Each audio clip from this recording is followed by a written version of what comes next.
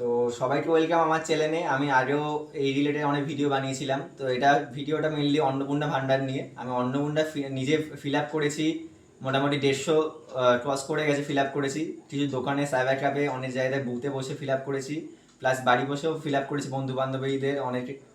তো সেই ক্ষেত্রে আমাদের অনলাইন ফিল আপ স্টার্ট হয়েছিল জুন মাসের 5 তারিখের বিকেলবেলায়। আর এটা এখনও টিল নাও চলছে। আজকের এই জুলাই মাসের 1 তারিখ, এখন টিল নাও চলছে। সরকার বলেছিল 3 মাস ধরে চলবে, তো এখনও চলছে ফর্ম ফিল আপ। তো মেনলি অনেকের প্রশ্ন ছিল যে এটা পয়সাটা ঢুকবে কি ঢুকবে না, তার কারণ অনেকের অ্যাকাউন্টে ডিবিটি লিঙ্ক করা নেই, অনেক হেনস্থা হতে হয়েছে, অনেক কিছু হয়েছে। তো সেক্ষেত্রে অনেকের মানুষের প্রশ্ন ছিল যে হয়তো সরকার দেবে না পয়সাটা, তাই জন্য এত ঘোরাচ্ছে।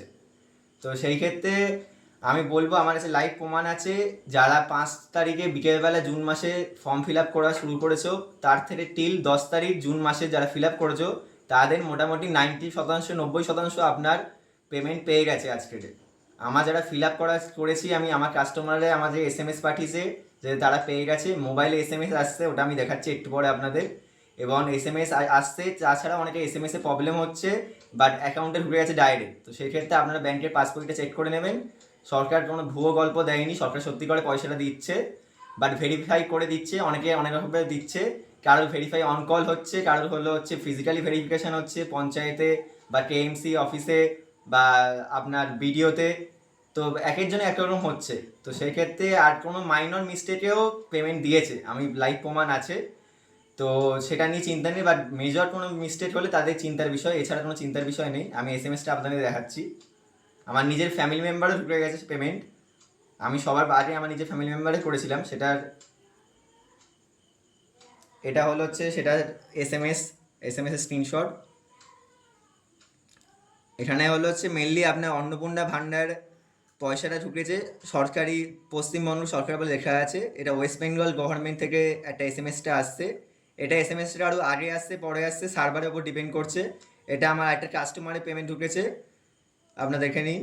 এরমভাবে সেম SMS-ই আসছে, ম্যাক্সিমাম SMS আসছে। যাদের আসছেও না, আপনারা পাসবই মনে করে চেক করবেন।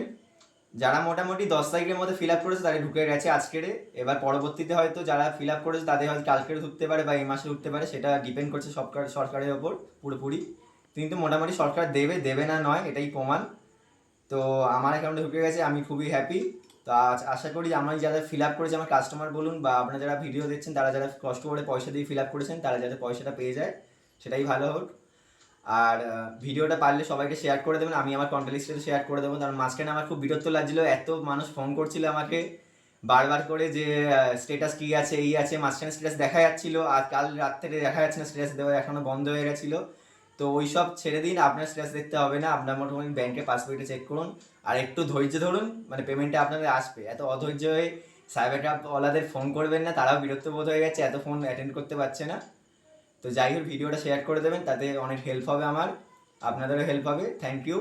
ভিডিওটা ভালো লাগলে সাবস্ক্রাইব করে রাখবেন। পরবর্তীকালে যুব সাথী বা যুব শক্তি যেটা প্রকল্প হচ্ছে, সেটাও আশা করি হয়তো সরকার শুরু করবে, সেটার বিষয়ে আমি ভিডিও বানাবো।